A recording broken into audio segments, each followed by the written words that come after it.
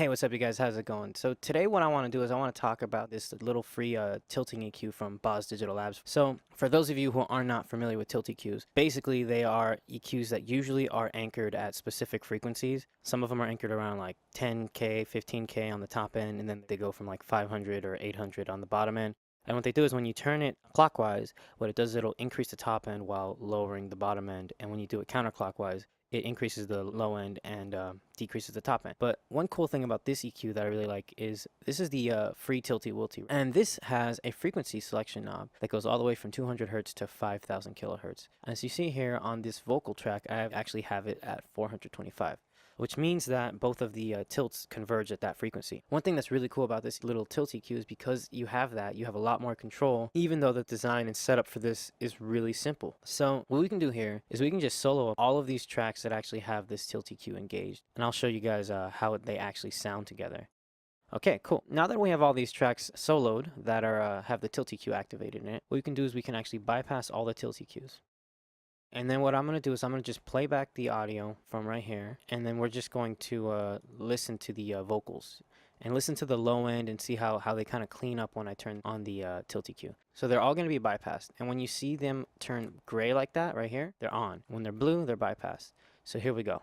Voices in my mind speaking thoughts of homicide. These voices in my mind speaking thoughts of homicide. Feel like we're running out of time, running out of time. Feel like we're running out of time. The whole world's dying. Voices in my mind speaking thoughts of homicide. These voices in my mind speaking thoughts of homicide. Feel like we're running out of time, running out of time. Feel like we're running out of time. The whole world's dying. Right over the calls the kid. So as we can hear from that, I use it kind of subtly in this instance, but what I really did was I was focusing on just that low end kind of like resonance that all these vocals had, and I was dialing them in and I was choosing the frequencies that I wanted to keep by keeping the center of the EQ tilt at that frequency. When I lowered everything under it, it got rid of that resonance and at the same time brought up everything else that I wanted, which is a great way of just really easily fine-tuning and tone shaping your entire sound. You're basically completely changing the tone. Now this is the free version, and from what I've read about the pro version is it has more features like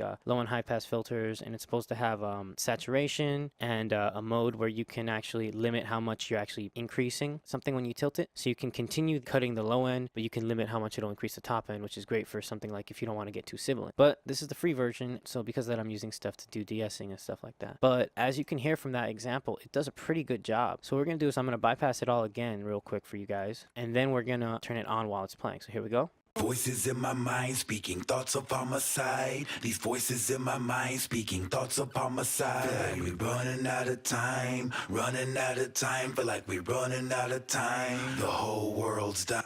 So if you really listen, go back and listen to when it says voices in my mind and then running out of time. Those parts are when the low end really gets kind of built up. And when I turn these on, it just kind of cleans the whole thing up and everything just sits a lot better. So what we can do now is we can actually unsolo all these tracks, right? And then what we could do is we can play them all back, and I'll have the tilt EQs bypassed, and then I'll turn them on. And what this will do is this will be pretty subtle because the way I'm using it on each track, as you can see from these sections, is pretty similar. I believe on this one I'm choosing like 479. This one 425. I'm increasing the tilt 29, 28. Pretty similar settings on a lot of these, but they're all slightly customized. So let's take a listen without and then with. Voices in my mind speaking thoughts of homicide. These voices in my mind speaking thoughts of homicide. Feel like we're running out of time, running out of time. Feel like we're running out of time. The whole world's dying. Voices in my mind speaking thoughts of homicide. These voices in my mind speaking thoughts of homicide. Like we running out of time, running out of time. Feel like we running out of time. The whole world's dying. Right. So as you can hear from that, when I turn it on, just the vocals seem to stand out more. They have their own place. They seem to just have their own like world now. Whereas before that, they kind of just were muddy and just sounded kind of like they were just there eating up headroom.